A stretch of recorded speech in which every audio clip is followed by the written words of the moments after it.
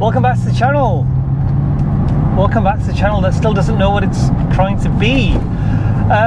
It's been a while. I'm back in the 911 and it lives. It lives.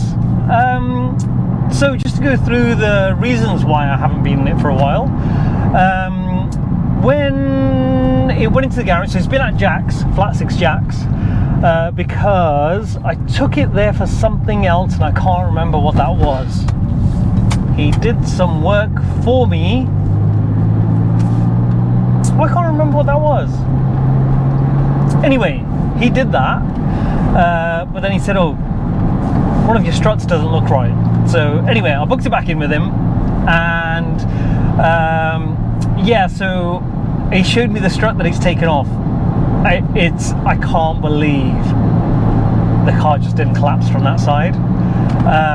But obviously when he did that, because the car's been by the sea, you know, he couldn't take the drop links off. He had to cut stuff. The top bearing had gone. I've driven it 5 minutes. It drives so much better already. The check engine light, the big one. So now it wasn't the big one because it couldn't have been anything really serious, because it drove okay, and I always thought it was probably going to be those errors that it gets because of the timing chain guides. So cam sensor, whatever it is, throws something up and it must build up to a certain point and then it goes, do you know what, there's a problem with that. So anyway, that blipped on. I think Jack reset it and it's fine. So that's good. So those things, great news. The other thing is, it's Boxster gas tomorrow. So obviously you're going to see this video after that. Now, I've been thinking, should I take my 912? Which I should, because it's kind of an oil-cooled event. This is oil and water-cooled, but oil-cooled event. But it would mean literally driving tomorrow really early in the morning to where my Porsche 912 is stored, where I haven't driven it for months, and I would, if it fired up, I would drive there, an hour back to storage, leave it there, and then so it's pretty risky. But also, you know what, I would probably do that, but my problem also is that it's going to be raining a lot, so I need to check closer to the time about what the weather's going to be doing, but I'll have to arrange with the storage guys to be there at 8:30 in the morning. He's got the key as well, so there's a lot of things that I would have to think about, and I'm thinking, no, I'm going to take this, and I have to say a big thank you to Jack for sorting it out. He's done some drop links, all of those other things that he's done, but he's also said, he said, look underneath. He said, normally I tell people, you know what, you should probably do that thing. Let's get it booked in. Let's do that thing so you're not, you know, it doesn't become a bigger problem later.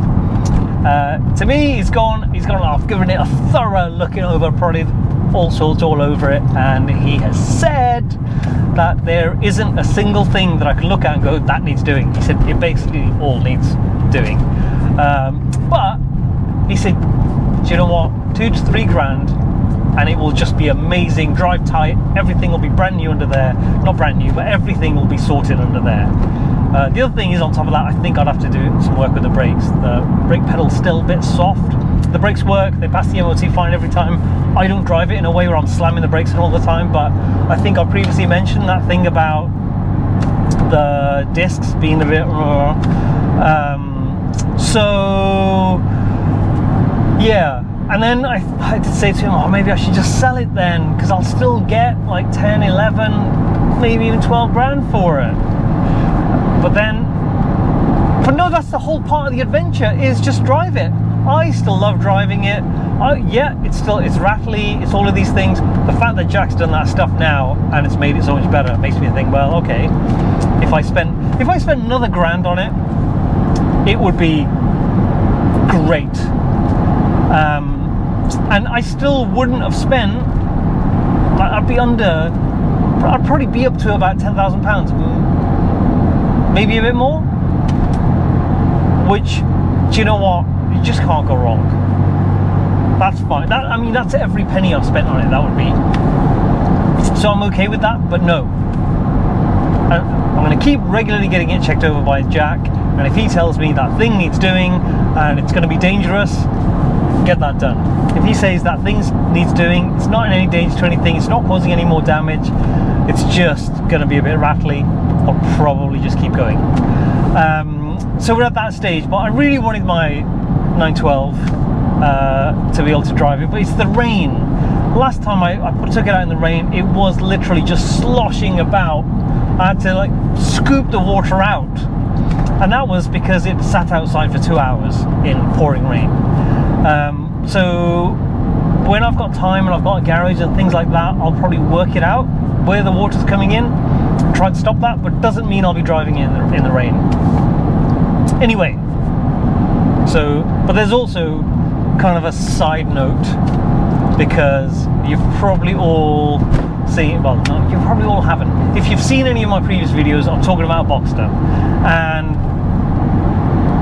I know Magnus Walker's going on about, oh, it's the next big thing, and all he's doing is going around and pushing the price up of all these cars. Everybody knows that they're great cars, and the amount of people after the last video who've contacted me and said, do you know what, they are great cars, and the amount of people who've said 2.5 litre one, oh my god, they're such good fun. I kind of, how can they not be? It's Porsche, it's convertible, it's mid-engine, it's manual. Oh my god, that's a 240Z Datsun. Super cool. Right behind me, you can probably see it, but it's all in primer and looking a bit rat rod. I say that but it still looks super cool. But then my last video was MGB Roadster or Boxster, and it's 50-50. Some people have said, do you know what, that enduring appeal of the MGB, that it's still one of the most popular classics in the whole world, and it's because it's cheap to buy, cheap to run, easy to work on, parts availability is crazy, and it's very agricultural, it's convertible. What's not to like? It'll always be fun. The thing about the negativity around the negativity around the MGB is that it's a bit of a tractor, which to be fair it is, but it's such good fun. Then you've got on the plus side, obviously on the plus side, the things that I've already said about the Boxster. It can be used every day. It's reliable, waterproof, use all year round. Again, mid-engined, and it's Porsche, part of a community. They've been undervalued for so long, and again, I think with the 911, I might have just hit the right sweet spot when it was on its dip. I might be too late. So the thing is, I want it to be under £2,000, MOT'd, manual, and I can just jump in it and drive it. It can be crusty, you can have high mileage, all of those things don't matter.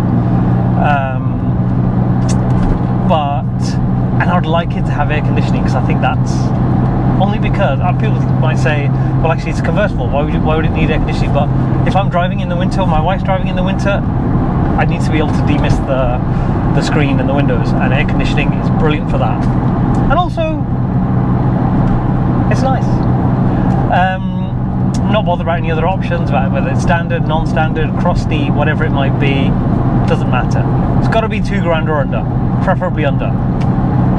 Anyway, so the negativity around the Boxster was all around running costs, the insurance. I'm going to have to pay bucket loads of insurance because it's going to be an additional car, but not on classic car insurance. Okay, it's going to be more than 20 years old. I'd like it to be older than the year 2000, but it's not going to be on classic car insurance, and I don't have another set of no claims bonus that I can use against it, so I need to get a quote before I actually buy one, because I don't want it to be, you know, £1,000. So those are the things I'm thinking about,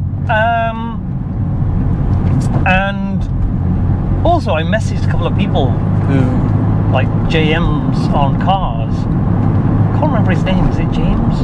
I should know that. By the way, he did the great video on being a YouTuber and how much hard work it is and how long it takes to be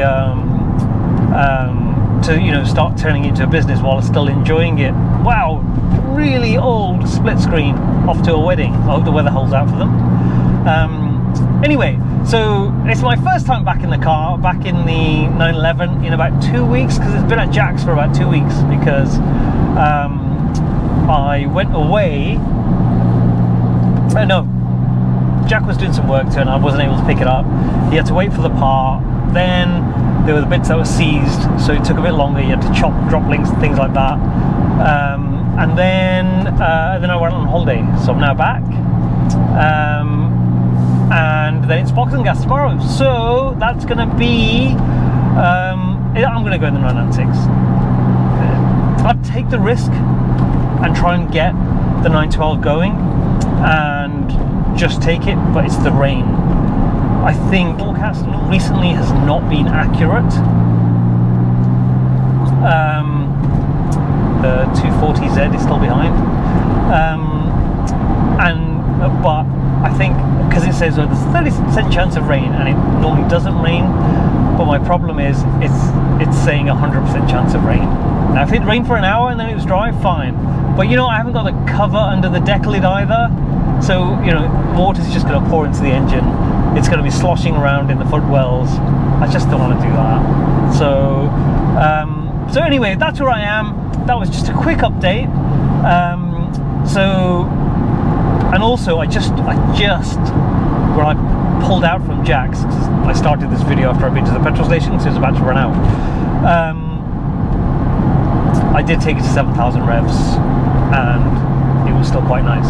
So yes, it still needs stuff doing, but I'm just going to keep driving it because I love it. That's the thing. And it's at that point where if something goes wrong with it, I will just put it on eBay as a broken 911, and you know, someone will just be able to break it even and sell it for parts and make money. I'd be sorry for that to happen, because I'm very attached to it, but you can't be sentimental. It's a bit like, you know, if you watch that show Fast and Loud with Richard Rawlins, the earlier ones, you can tell he loves cars, loves working on them, loves being around them, but he's not sentimental about them. Oh, the 240Z's turning off. So yeah, so that's my update. I'll make a video on my way to Boxing Gas tomorrow. I'm going to do my best to remember to do a video when I'm there, walking around with my selfie stick looking like a dick. But if you're there, come and say hello, and it'd be lovely to meet people, and I can't wait. And there's an M4 and M3 driver right up my backside, and I bet you he's going to go past. Now when I pull into the slow lane, he's going to go past. Oh no, he hasn't. I'm not doing anything crazy. I'm doing the speed limit. Wow, brilliant. He did not. So I apologize to him for doing him a disservice. Anyway, that's the update. Hit like. I should give an update on the channel. Maybe I'll do that in the next video. But hit like, hit subscribe, tell your friends. I'm gonna start treating it more like a proper project rather than just a hobby. Oh, I'm gonna make a video today about blah, blah, blah. So and also give me some feedback on the Boxster. Am I being silly? And thank you for all the responses on the on my dilemma about whether I should sell the MG or not. I don't know how much money I'd get for it. It could be anything between 2,000 and 6,000. It doesn't have any rust. That's the big thing it's got going for it. But it's quite crusty, as all of my cars are, apart from my wife's Golf R. So yeah, give me some feedback. I'm still talking. This video is now too long. Anyway, that's the catch up. Hit like, hit subscribe, and I'll catch you on the next video. Thank you for watching.